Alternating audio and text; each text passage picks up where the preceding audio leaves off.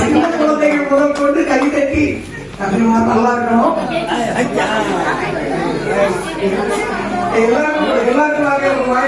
கூட்டத்துல நான் எதிர்பார்த்ததே கிடையாது.